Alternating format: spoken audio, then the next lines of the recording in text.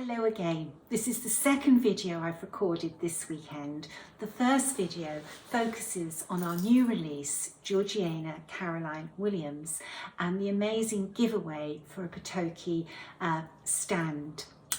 This video I wanted to keep separate because it's about the ABC online tutorial. Now, 2 weeks ago we were looking at satin stitch, and I've got to admit it was the video I was looking most forward to out of all the stitch videos in the online tutorial. Unfortunately, when I was filming, I had to cut the video short because Hugo became unwell. Boxers are very prone to bloat and it can kill them.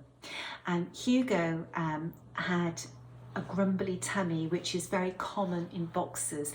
And if you don't do anything about it, it can develop into bloat.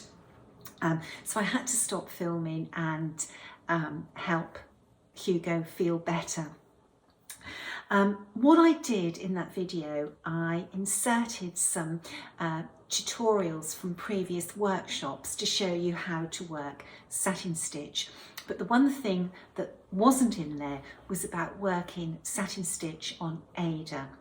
You can work satin stitch on Ada, but it means that you do have to place a stitch between the holes on Ada, and I'm just going to show you how I do that. I'm demonstrating on 18 count Ada, which is equivalent to 36 count linen. I never use 2 strands of floss on my needle when working satin stitches. Instead, I prefer to make 2 passes.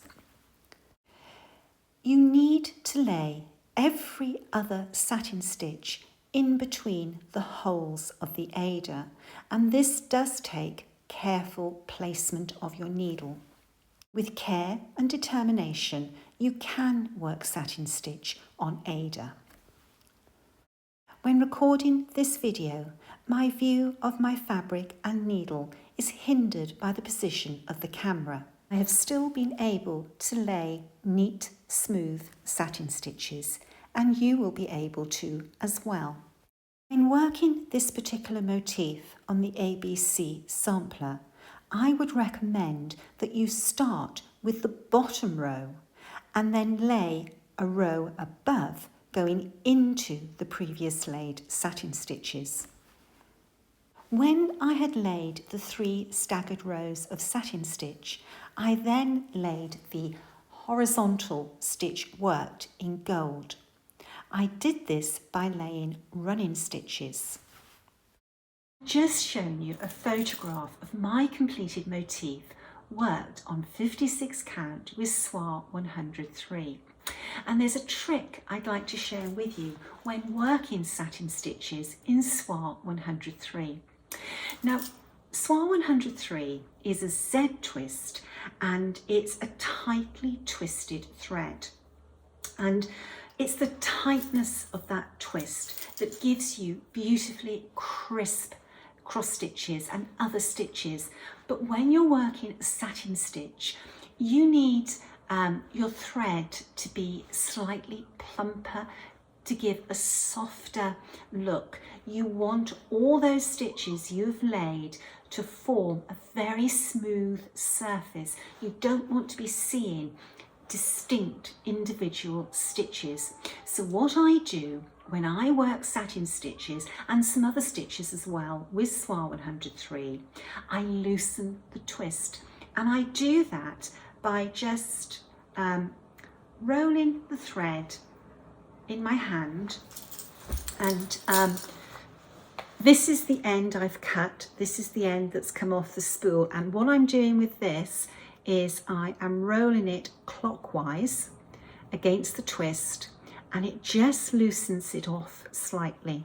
And as I'm doing it, I roll it in my fingers a few times, then I take that kink that I'm creating out, and it takes a little time, but it will create beautiful soft satin stitches. You don't want to do it too much. If you take the twist out all together, you will get a crinkly satin stitch when laid. And make sure all that twist is out, the thread is hanging nicely, and then I would lay my satin stitches with this thread. Now, I've left this on the work table. Just when I've laid my satin stitches, I like to polish them with an afficot. Polishing them enables the stitches to bed together to give that really sort of mirror smooth finish. This is invaluable. You can use your finger or another smooth surface, but these are what most embroiderers use to polish their satin stitches. The trick with Soie 103 leads me on to something else that I would like to share with you. Sometimes we want to stitch with a thread that is finer than Soie 103, particularly for over 1, and the ideal thread is satin. Soie 103 is 3 plies, but satin is 2 plies, but we don't have all the colours available in satin that are in Soie 103. Or it might just be that we only have a small area to stitch and we don't want to spend the money buying a whole spool of satin. There's a trick. You can split this down into 2 ply, a Soie 103 to 2 ply, by pulling the 1 ply. But what happens, you will end up with a knot as you're pulling that out. The trick is to do exactly what I showed you with the softening the twist of the Soie 103, and then you will find that you can pull one thread out very, very easily. Look at that. Just by loosening off the thread, you can turn Soie 103 into satin, and you'll be able to stitch with those 2 plies just in the same way as you can stitch with satin. Unfortunately, the single ply is not stable enough to stitch with. It will shred, so you do have to discard that. But that's a little trick of avoiding the expense of buying a spool of satin when you want to stitch over 1 with a very fine thread. I hope that makes sense. Okay, so next week we will come to the end of our tutorial. Next week is working the Berlin lacework and the turkey stitch. I can't believe that we're almost at the end of the tutorial. It seems to have gone very, very quickly. I've enjoyed my weekends with you, showing you the various stitches. Okay, so until next weekend, get those needles working, and we might have a finish next weekend of everybody's samplers. Stay well, stay safe. Bye-bye.